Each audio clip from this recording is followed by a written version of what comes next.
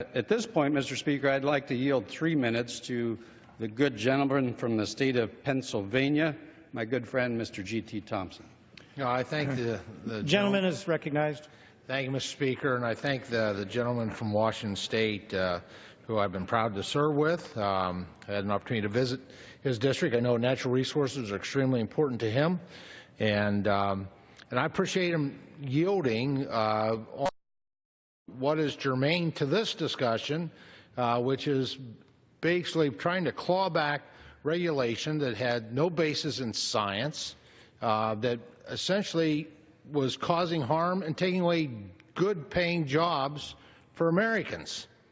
And, Mr. Speaker, I do rise today in strong support of the underlying legislation, which disapproves of a midnight regulation that the Obama administration made with just 1 month left in his presidency.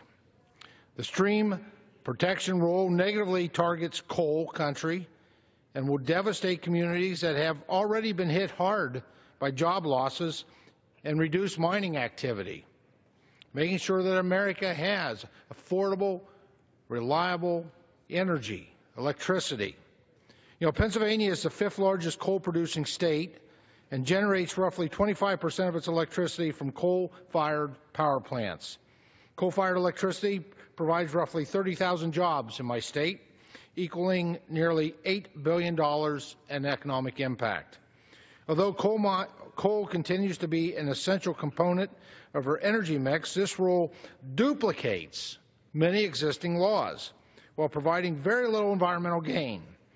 And what the rule does is expand the Office of Surface Mining Reclamation and Enforcement's regulatory authority.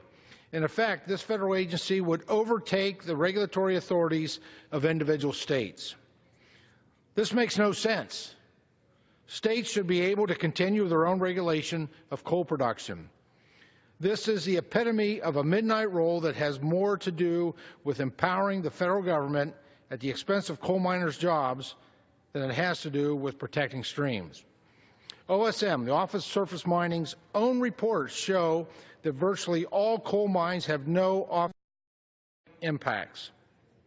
The reports year over year show that coal mines are being safely operated and the lands are being successfully restored thanks to the watchful eyes of the states that regulate 97% of the mines in the United States.